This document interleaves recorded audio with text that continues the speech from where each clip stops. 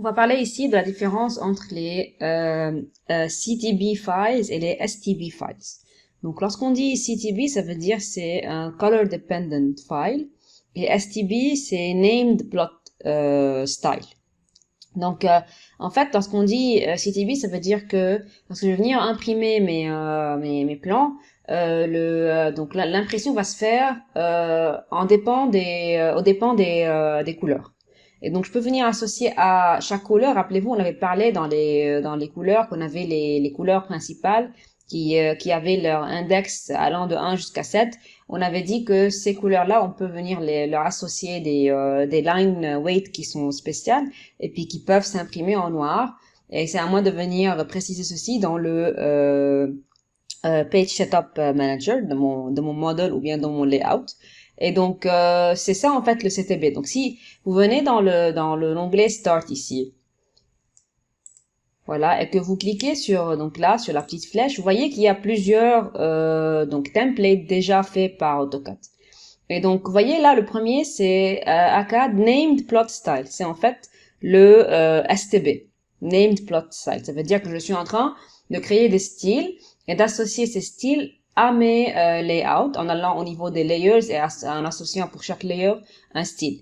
Et d'ailleurs, vous voyez, lorsque je suis venu mettre le curseur ici, vous voyez que AutoCAD me dit que ce fichier-là, c'est un template, c'est en inch et feet, et users named plot styles. Alors que si je descends ici, donc ACAD DWT, vous voyez que c'est toujours en feet inches, et ça uses color dependent plot style, ça veut dire c'est un CTB file. Donc vous voyez la différence. Donc moi personnellement, j'utilise donc en mètres, pas en feet ou en inches. Et donc celui-là, vous pouvez avoir accès ici. Donc c'est en mètres et ça utilise le CTB, donc uses color dependent plot styles. Et donc voilà, moi je vous conseille d'utiliser celui-là. Et donc, si je reviens ici à mon plan et que je vais aller au Page Setup Manager, je vais cliquer sur Print et je vais cliquer sur Page Setup. Et donc, je vais aller modifier le Page Setup de mon model. Je clique sur Modify et maintenant, on va voir un petit peu cette partie-là. Si je choisis donc ACAD, donc il me demande est-ce que je veux associer ce plot style à tous mes layouts. Je vais dire OK parce qu'il y a les layouts ici. Donc, si je fais ça au niveau du layout tout seul, il va le faire pour le layout tout seul. Mais là, vu que je suis dans le model, il va me demander si je veux faire ça pour tous les layouts ou non. Parce que, rappelez-vous, le model, c'est l'espace principal, c'est l'espace infini où je fais tout ce que je veux, où je décide tout ce que je veux.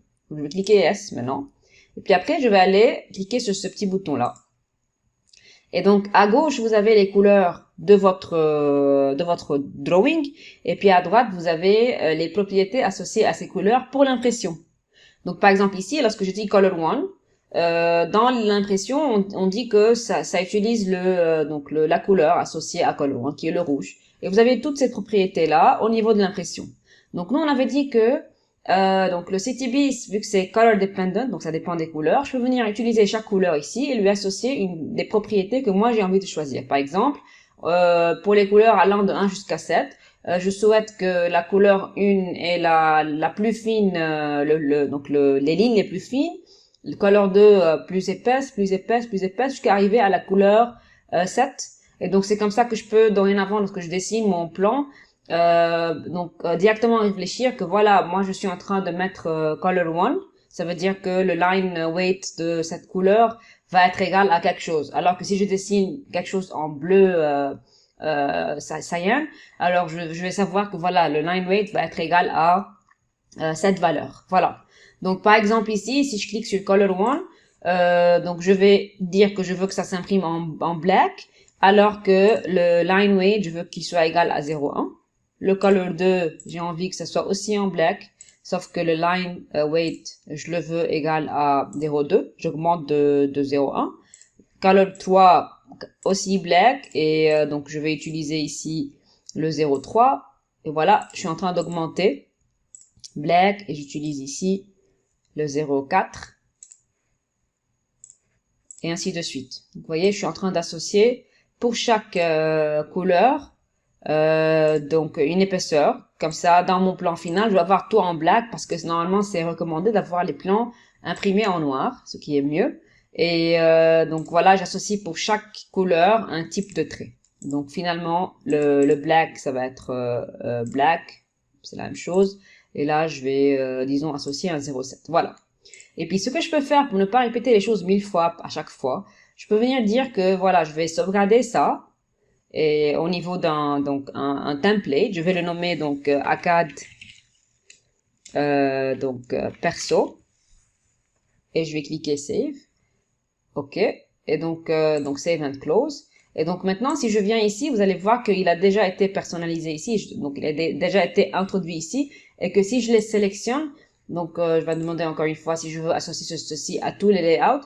Si je le sélectionne, automatiquement, je vais avoir les caractéristiques que j'avais déjà introduites ici directement implémentées. Donc pour chaque couleur dans mon plan, je vais avoir un type de line weight qui lui est associé. Et évidemment, on peut faire autre chose, pas uniquement les line weight. On peut changer aussi le line type, par exemple.